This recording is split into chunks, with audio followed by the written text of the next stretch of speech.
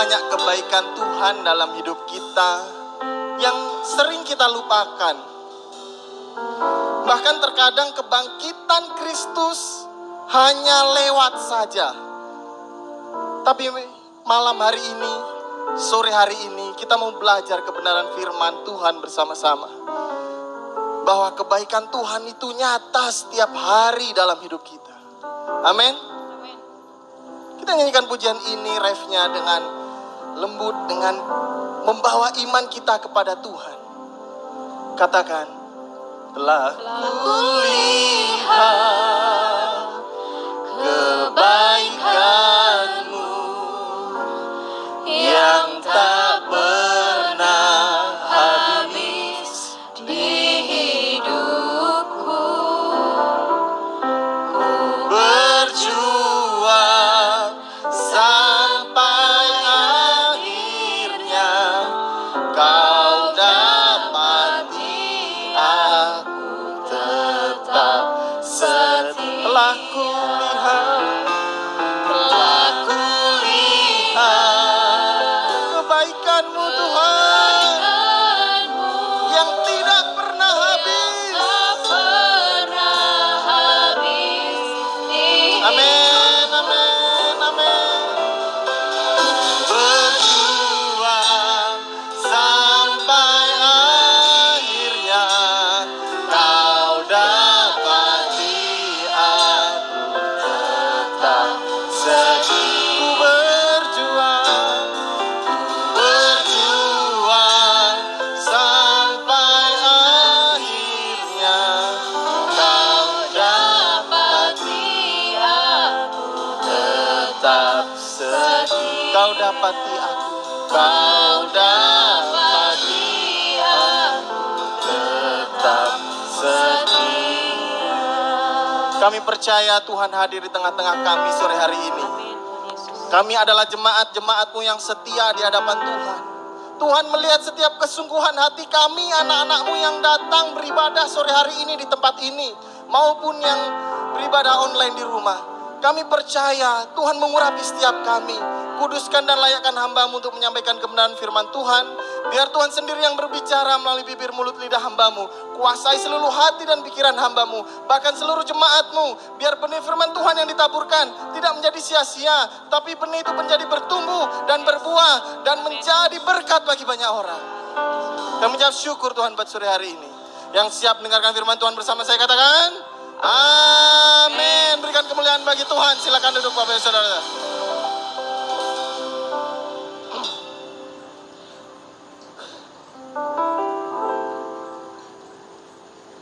Shalom, selamat sore Bapak Saudara kasih Tuhan. Terima kasih untuk Bapak Gembala yang memberikan kesempatan kepada saya sore hari ini. Ibadah perdana sudah dimulai hari Jumat kemarin. Beberapa kami pengerja ke sana, saya juga ke sana. Dan ibadah sore ya? Sore ya? Ya, Pak Boy, sore ya? Jam berapa di sana? Jam 5, jam 5 dimulai. Doakan supaya lebih banyak lagi jiwa-jiwa dimenangkan. Kemarin ibadah perdana di sana itu kami sediakan kursi 50, datangnya lebih dari 50 ya, Buri ya. Berapa orang kira-kira? Ada 70-an kali ya. Sekitar 70-an sama anak-anak. Saya percaya kita sudah rindu gitu, haus. Amin. Untuk ketemu Tuhan. Untuk terus hidup di dalam kebenaran firman Tuhan. Nah, pada sore hari ini kita belajar kebenaran firman Tuhan bersama-sama. Minggu ini adalah minggu penampakan. Wah, apa itu minggu penampakan, Pak? Bukan gentayangan, bukan. Ingat, beda penampakan dan gentayangan. Minggu ini adalah minggu-minggu Yesus menampakkan diri kepada murid-muridnya setelah bangkit hari Minggu kemarin. Amin. Kalau kebangkitan Tuhan Yesus dinamakan ibadah apa? Ibadah apa? Paskah. Kalau kematian Tuhan Yesus dinamakan ibadah apa? Jumat Agung. Tapi banyak yang salah ya.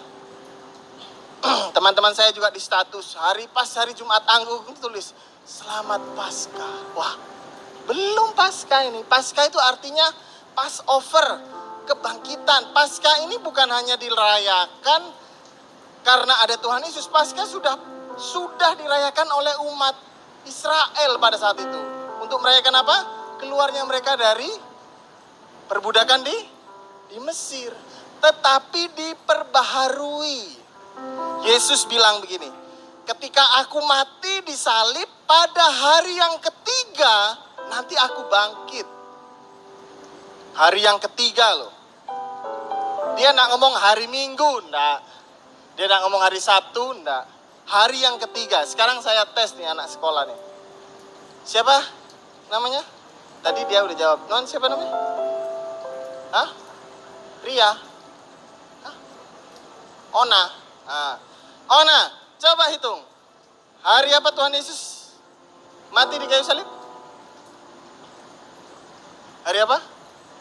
Hari Jumat. Oke, ya kan? Bangkitnya hari apa? Hari apa? Minggu. Berapa hari itu?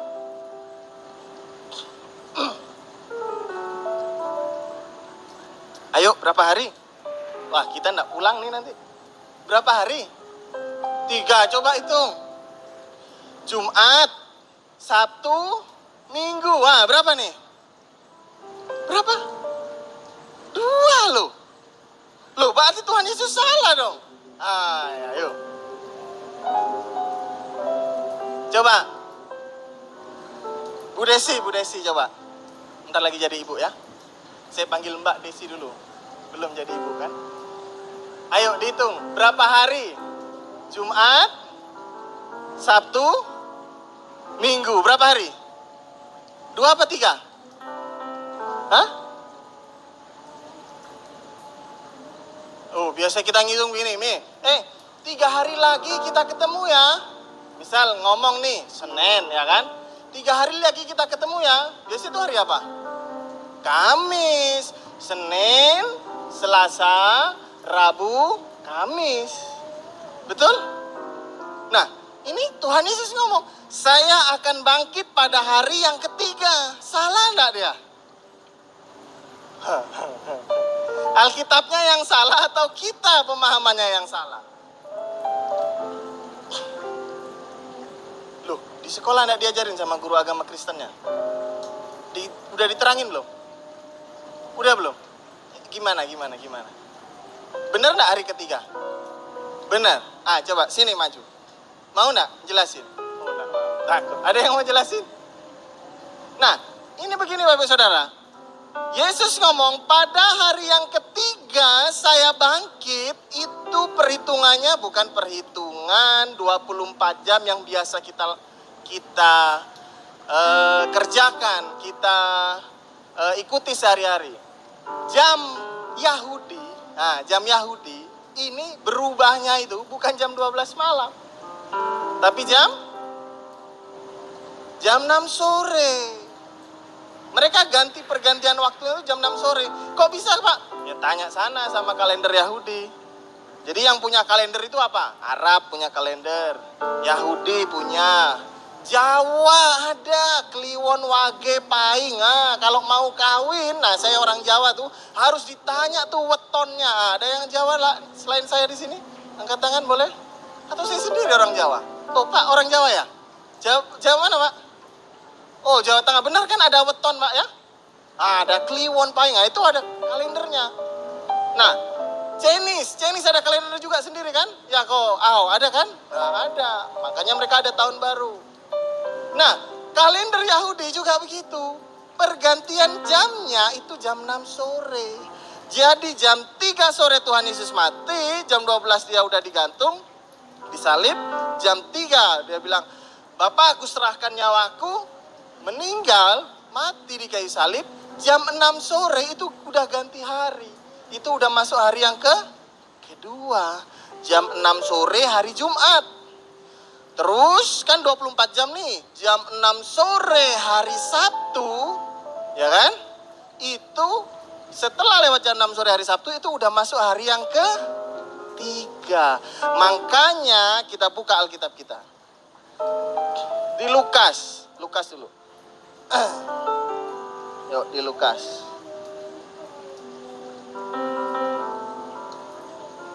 sedikit agak kuesioner malam hari ini, enggak apa-apa ya.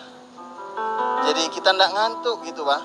Jadi enggak saya aja yang ngomong di depan, ada interaksi gitu. Nah, coba kita buka Lukas 24. Nah, ada? Mana? Lukas 24 ayat yang ke-50.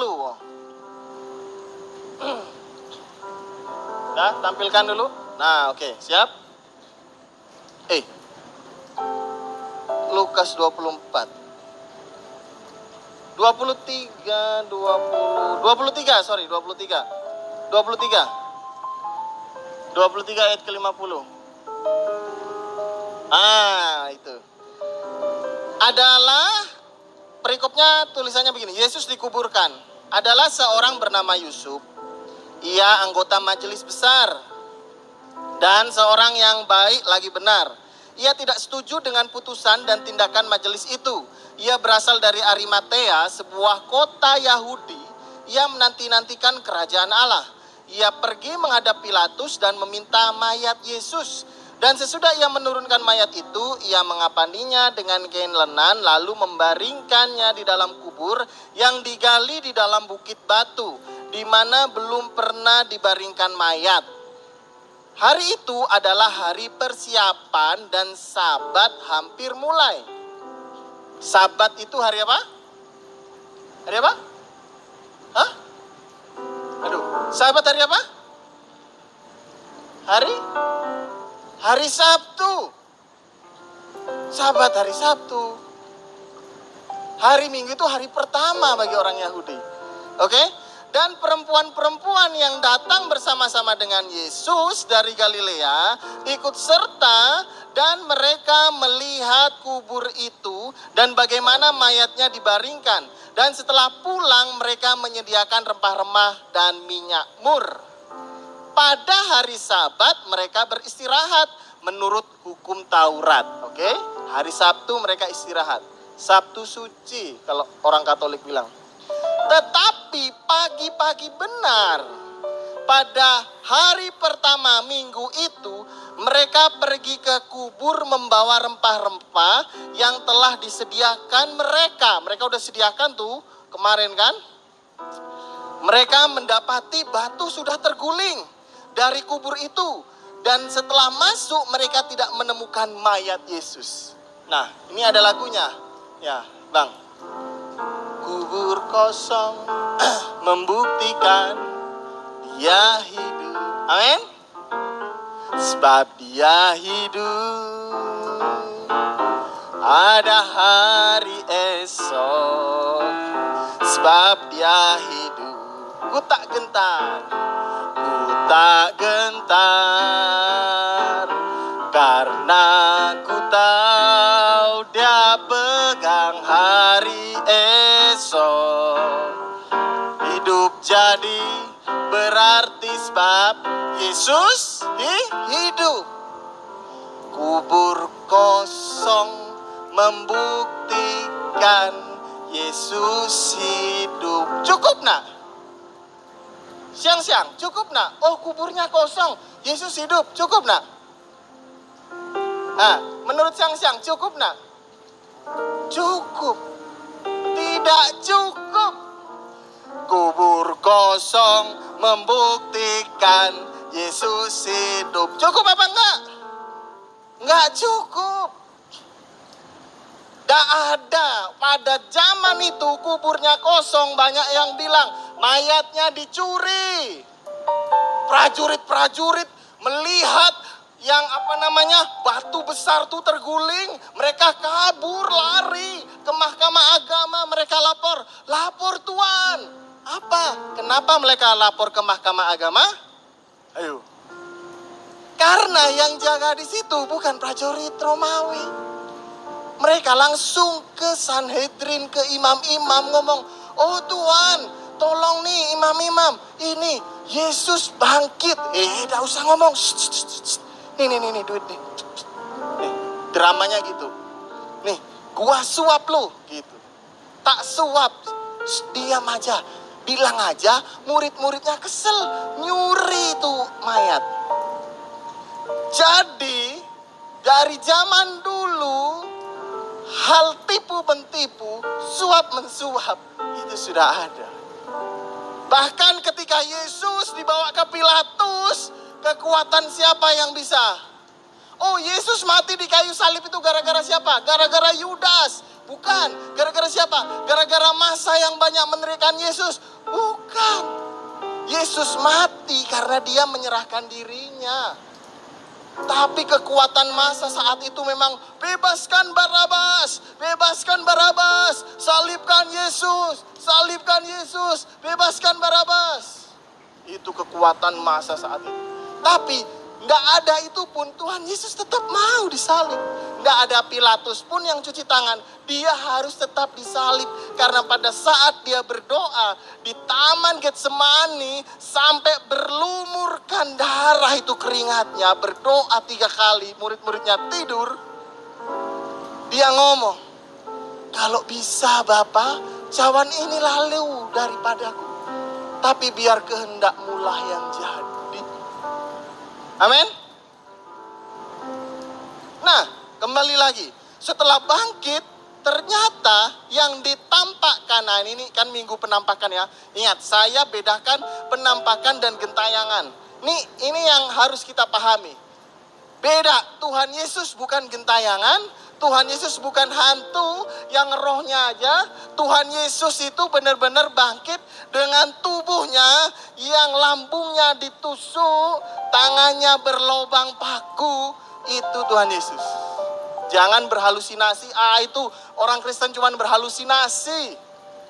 Itu cuman arwahnya ya, tidak bisa dipegang. Enggak. Nanti kita tengok narasi, lihat dari narasi Yohanes, itu keren. Nanti ketemu dengan narasi Lukas. Nah, setelah itu, Yesus itu penampakan selama 40 hari. Itu untuk apa sih? Bukan gentayangan ya. Kayak misal gini. Kakekku baru mati kemarin. Aduh, takut aku tinggal di rumah. Kenapa? Rasa-rasanya ya. Aduh, kayaknya masih ada dia duduk di kursi yang goyang itu biasa. Dia sore-sore duduk di situ. Aduh, mamaku baru meninggal kemarin. Sayang banget aku sama mamaku. Aku kerasa kehilangan. Rasa-rasanya ya, aku ketemu semalam.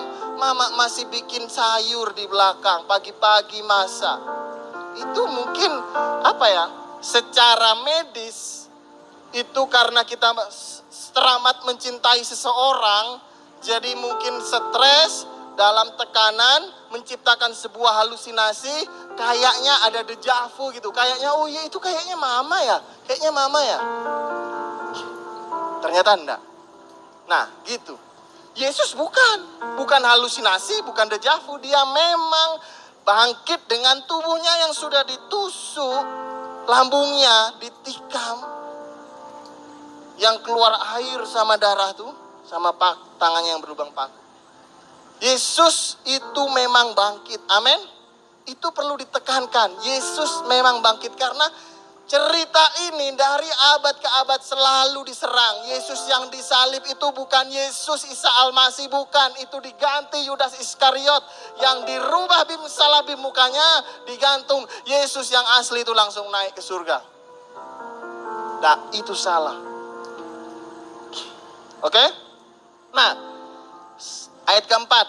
Sementara mereka berdiri termangu-mangu karena hal itu, tiba-tiba ada 2 orang berdiri di dekat mereka memakai pakaian yang berkilau-kilauan. Mereka sangat ketakutan, menundukkan kepala. Tetapi kedua orang itu berkata kepada mereka, "Mengapa kamu mencari dia yang hidup di antara orang mati? Ia tidak di sini. Ia telah bangkit. Ingatlah apa yang dikatakannya kepadamu ketika ia masih di Galilea, yaitu bahwa Anak Manusia harus diserahkan ke tangan orang-orang berdosa dan disalibkan dan akan bangkit pada hari yang ketiga." Selesai ya tentang hari yang ketiga tadi ya.